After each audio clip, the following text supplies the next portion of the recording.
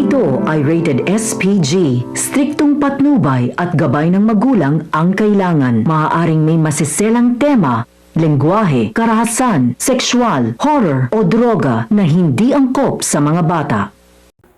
May medical mission si Annalyn at may matutuklasan si Annalyn na bagong sakit. Mai-insecure na naman si Zoe dahil si Annalyn na naman na magaling. Abangan natin sa abot kamay na pangarap. Sasama sa medical mission sina Claire at RJ.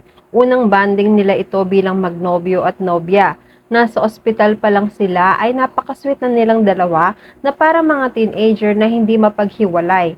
Kung nasaan si RJ, andun rin si Claire na parang tuko kung makakapit. Napansin nila Chang Susan at Josa na sobrang close nung dalawa nung inayos ni RJ ang sintas ng sapatos ni Claire.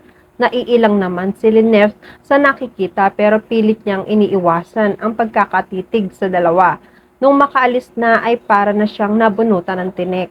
May mga sari-sarili silang sasakyan sa pagpunta sa medical mission. Sina RJ at Claire ay magkasama sa kotse. Naka-assign sila sa gamot at pag-check up ng mga may sakit. Sina Lynette naman ay kasama ni Chang Susan at Josa.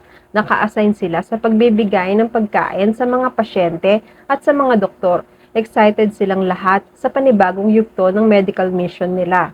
Sa loob ng kotse ni RJ, habang nagdadrive si RJ, sabi ni Claire, ang saya siguro ng magiging medical mission na to, no? Biruin mo, first time natin to together bilang mag-girlfriend at mag-boyfriend, na ngayon ay doktor ka na. First time kong tumulong sa mga taong may sakit. Sana maging maganda ang resulta ng medical mission na to. Masayang sumagot si RJ. Oo naman Claire, minsan na kaming gumawa ng ganitong klaseng medical mission. May mga trials pero nakakaraos naman. Ang saya sa pakiramdam ng nakakatulong. Tumango-tango si Claire.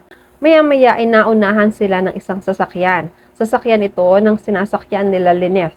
Sa loob nag-uusap-usap sina Lynette. Sabi ni Chang Susan, mabait naman pala si Claire. Mukhang makakasundo naman ni Annalyn ang bago niyang madrasta. Sumagot si Josa. Naku Chang, kung may gagawin siyang masama kay Annalyn, alam na kung sino-sino tayong makikipaglaban para sa kanya. Kaya umayos siya at makisama siya kay Annalyn. Hindi porket anak siya ni RJ, aapihin na lang niya yon, sabi ni Chang Susan. Exaggerated ka naman, wala naman akong ibang sinasabi. Napaka-advance mong mag-isip. Natatawa naman si Josa. Ikaw kasi Chang kung ano-anong pinapasok mo sa isip ko. Nagtawanan sila pero si Lynette ay seryoso. Nakatanaw sa bintana. Malayo ang tingin, malalim ang iniisip. Nagkatinginan lang sina Josa at Chang Susan. Nagpatuloy na ang kanilang biyahe nang mapatapat naman ang sasakyan ni RJ at Claire sa sasakyan nila. Para bang sinasaksak ang puso ni Lynette sa nakikita. Nakatanaw siya sa dalawa. Walang imik. Nangingilid ang luha. Muntikan na namang mahalata ng dalawa ang reaksyon ni Lynette. Agad rin umandar ang sinasakyan ni RJ. Sa sasakyan naman ni Annalyn, kasama niya sina Nurse Ivan, Karen at Zoe. Malayo ang lakbayin dahil sa liblib na lugar ng probinsya ang napili ng ospital na mabigyan ng tulong ng medical. Nagrereklamo na si Zoe. Napakalayo naman pala ng lugar na ito.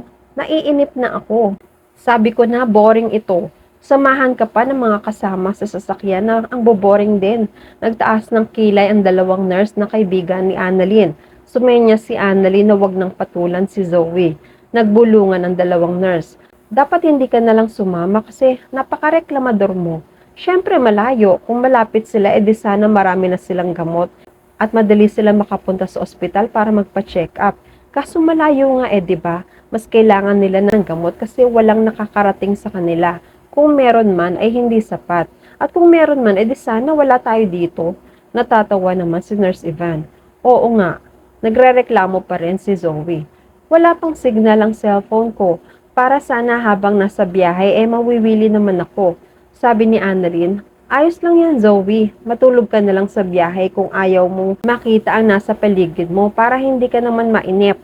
O kaya Zoe, isipin mo na lang na makakapagbigay tayo ng libreng gamot at medical supplies sa mga barangay health center. Hindi ka ba excited na makatulong? Nairita naman si Zoe. O edi ikaw na ang magaling. Nagtawanan naman si Nurse Ivan at Karen sa likod dahil naiinis si Zoe. Kung papatulan nila si Zoe, masisira lang ang araw nila. Nagpatuloy ang pagbiyahe nila. Matagal at paikot-ikot. May napansin si Nurse Karen. Sumilip siya sa bintana at pilit inaalala kung nakita na ba niya ang dinaanang lugar na ito kanina. Teka lang, di ba nadaanan na natin ito kanina? Ipara mo po muna, manong driver, sa may makikita tayong bahay na merong tao para makapagtanong. Naglingunan ng mga kasama niya sa bintana. Sabi ni Ivan, napansin ko din yan. Kala ko ako lang. Nakakunot ang noo ni Annalyn. Nagmamasid rin siya sa labas. Inoobserbahan niya ang mga dinaanan nila. Nung may napansin silang bahay ay nagkasundo-sundo silang itigil muna ang sasakyan para magtanong. Pero naiwan si Zoe sa loob ng sasakyan. Bumaba si na Annalyn at ang mga kaibigan niya. May nakita si Annalyn na isang nanay na nasa labas ng bahay. Parang nakatulala at nakikiramdam.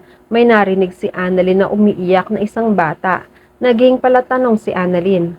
Ano po yun, Nay? Hindi muna sumagot ang babae dahil nakikiramdam. Naghihintay pa siya ng ilang sandali dahil nakikinig rin siya. Andyan na yung batang nuno sa punso. Nagtataka si na Annalyn. Nabigla naman si na Nurse Karen. Pinapaulit niya ang sinabi ng Ale. Po? Ano pang sinasabi niyo? Sabi ng Ale. Lumalaki kasi ang ulo noon kasi palabas na ang sungay niya. Nanlaki ang mga mata ni Nurse Ivan at Nurse Karen sa kwento ng babae. Patuloy ang naririnig nilang pag-iyak ng bata na parang sinasaktan. Nakatanaw si Zoe sa kanila mula sa loob ng sasakyan. Nagtataka sa mga pinag-uusapan ni na Annalyn. Nakamasid lang siya. Hindi niya naririnig ang pinag-uusapan nila. Hanggang napansin niyang umalis si Annalyn. Bumaba na rin si Zoe para umusisa. Nagtataka siya. Bakit umalis si Annalyn? Tinanong ni Zoe si na Nurse Karen. Saan pupunta yon? Nagtataka rin si na Karen at Ivan. Ayun nga rin ang di namin alam. Pero nakaisip naman si Karen na baka susundan ni Annalyn ang batang sinasabi ng babae na may nuno sa punso. Nagtakbuhan sila para sundan si Annalyn. Walang nagawa si Zoe kundi sundan rin ang tatlo. Umakyat si Annalyn. Hinahanap ang naririnig niyang bata na umiiyak, na parang iyak na sinasaktan o pinapalo. Naging palaisipan kay Annalyn kaya pinilit niyang hanapin kung saan nagmumula ang boses. Hanggang sa nakita ni Annalyn na may sinasaktan ang lalaki na isang bata. Napatakbo si Annalyn para umawat. Nagmamadaling nagpunta si Annalyn sa lugar ng bata. Wag niyo po siyang sasaktan. Maya-maya ay dumating na rin sina Karen, Ivan at Zoe. Nagtataka sila sa inabutan.